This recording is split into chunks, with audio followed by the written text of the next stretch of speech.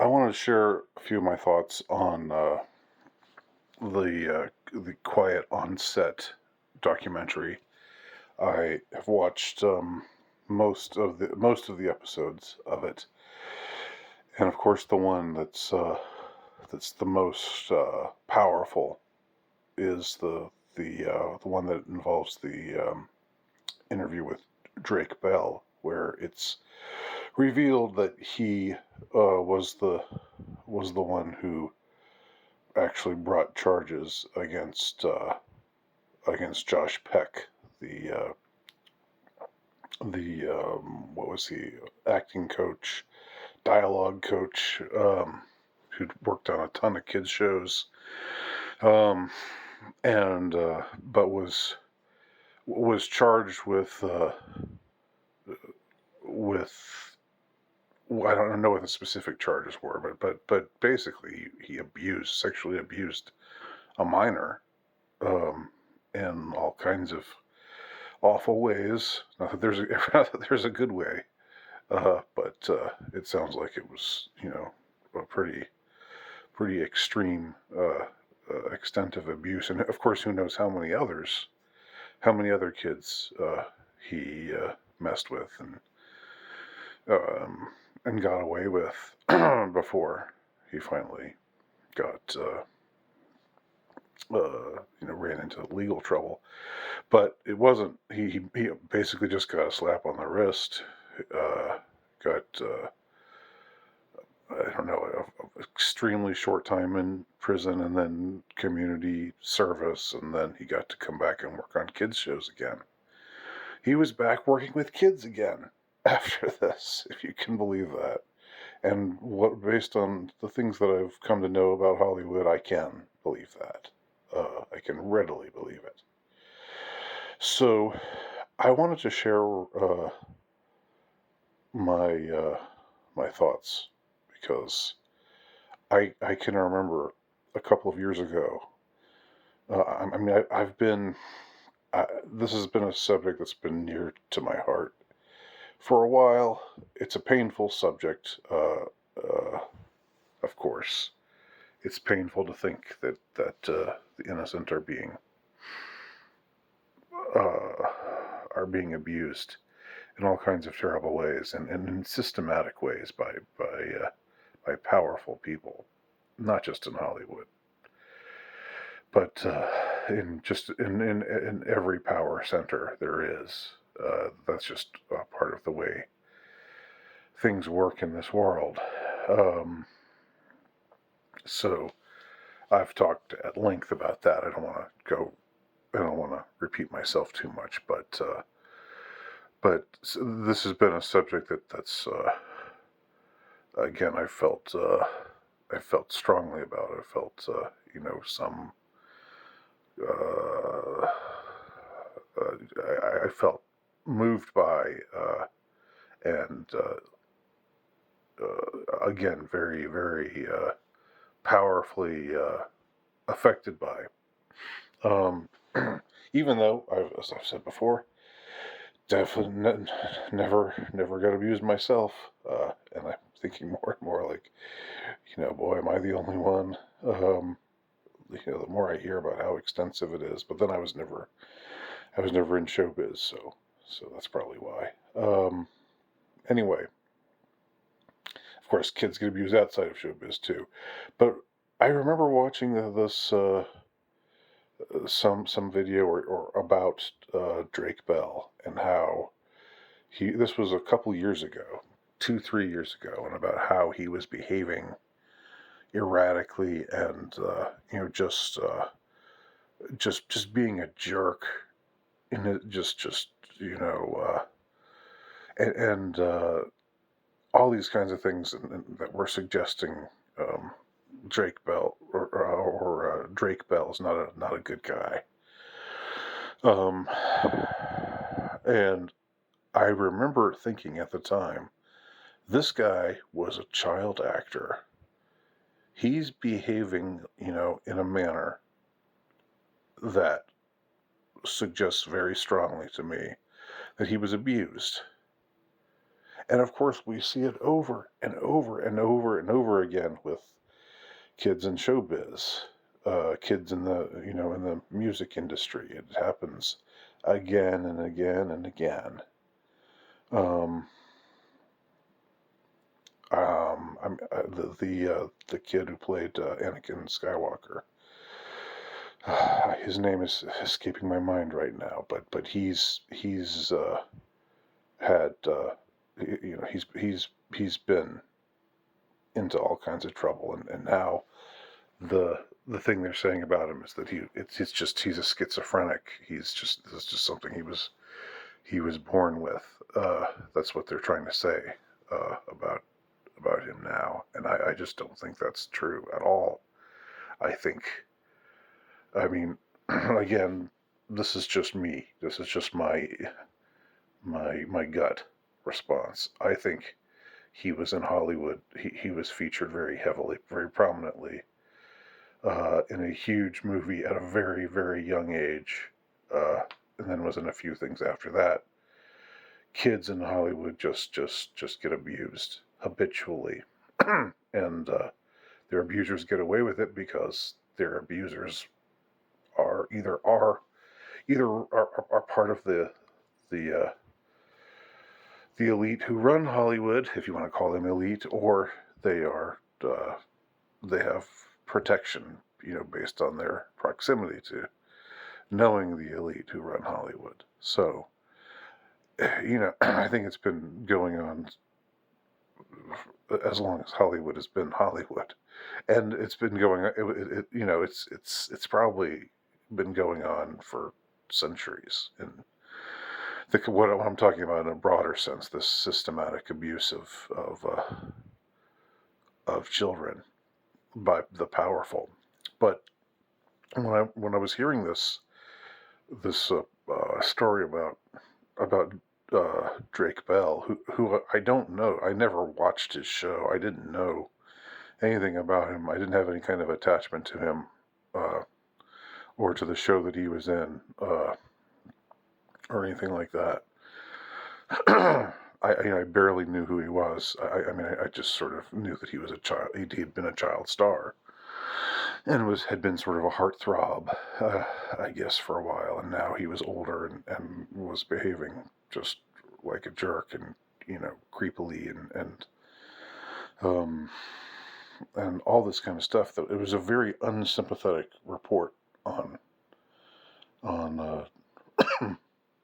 on Drake Bell, and I remember thinking, this guy was abused when he was a child, and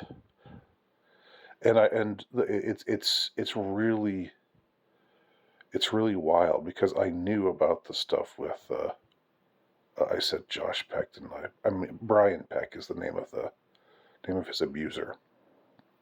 Josh Peck was his co-star. No, and there's no relation between the two of them. But Brian Peck was the name of the dialogue coach, or the acting coach, who abused Drake Bell. And his story had been out there for a while. I had known about it for years. I remember Jamie Deluxe talking about it. And how much of a travesty it was that he just got a slap on the wrist and then came right back, and that he was he was tight with Bryan Singer, another Hollywood predator, and was he does the commentary, he joins Bryan Singer for the director's commentary on some movie, on the DVD version of some movie that they were in, or that they both took part in. I mean, and this guy is a child rapist, a convicted child interferer, as they say in some places. So it's just kind of wild to see it all come together, to see my intuition when I was again listening to this very unsympathetic, very disapproving take on Drake Bell and his behavior. And not to say that it should have been sympathetic, because his behavior was not good. Um, but I remember just like this. I remember thinking at the time, this is acting out. This is somebody acting out after having been traumatized at a young age. Like I remember feeling that in my gut beyond a shadow of a doubt. And you know, I was right. um, and just to find out that I was right, and just to find out that he was the one who eventually, through through a series of events, not on his own, because he was just a scared little kid at the time, you know, 14, 15-year-old kid at the time, who'd been groomed for abuse, and now was getting abused by this guy who he thought was was his friend, or he thought was a responsible adult that was out for his best interests, and was just trying to avoid him without. At that point, he was just trying to avoid him. It didn't even occur to him at the time to to try to bring criminal charges against him, but the adults in his life helped him to discover it was a girl he was dating, a girl, his girlfriend's mother figured out what was going on, and called his mother and told her what was going on. And of course, his mother should have known, uh, but she didn't. She failed him. His father already did know, but it's a complicated situation. His father was uh,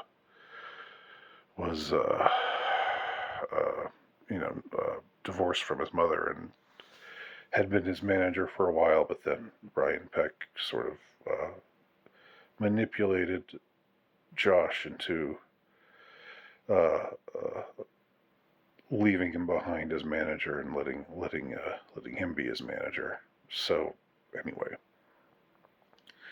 to see all of this take shape, and to see the truth come out, and to see this is not only am I right about uh, Drake Bell having been abused, but that this notorious case that I had known about forever, involving this character, Brian Peck, um, who, the pickle boy. Can't help but laugh. He's the one who appears as Pickle Boy, or something like that. It's like some jokey. There's so much inappropriate innuendo in Nickelodeon shows, and that in itself is like, whoa, like, wow. And this was going on, in a lot of ways, this was going on before my eyes. I mean, I remember watching some of those shows with my kids, watching iCarly and Victorious, and you know, like those kinds of things just escaped my attention. But there were things that were obviously highly inappropriate. Uh, you know, I won't go into that. I won't go. I won't detail that now. But it's just that's a whole depraved rabbit hole in itself. Um, but anyway, I think that when you see someone just out of control, uh, something happened to him or her that brought that about, right? I think that's something maybe to keep in mind.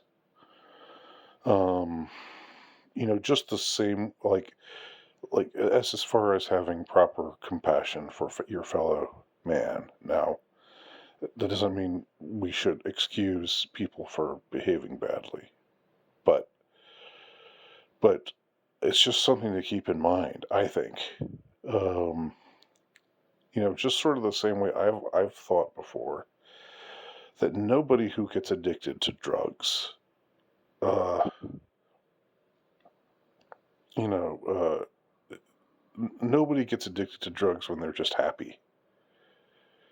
They have pain, either physical pain or other kinds of pain, and they're trying. Their addiction stems from an effort to get rid of the pain. That's that's why. That's the whole appeal of drugs, and I understand it. I personally understand it. Not that I'm an addict, but I understand the mentality of the addict. I do. And I can see why somebody who is abused at a young age and sees nothing really happen to his abuser, uh, or regardless, even if justice is done to his abuser, I can see that how I can see the way that fries your circuitry, and how that makes you just realize that, or how it makes you feel that nowhere is safe and no one is trustworthy, and how that's going to make you act out in various ways, whether it's through alcohol addiction or drug addiction or reckless behavior. In Drake's case, he went bankrupt. Uh, he lost all of his money because he spent it badly, and he just made a hash of his life. When people behave that way, it's not happening in a vacuum. And so, like, there when you see, I just, when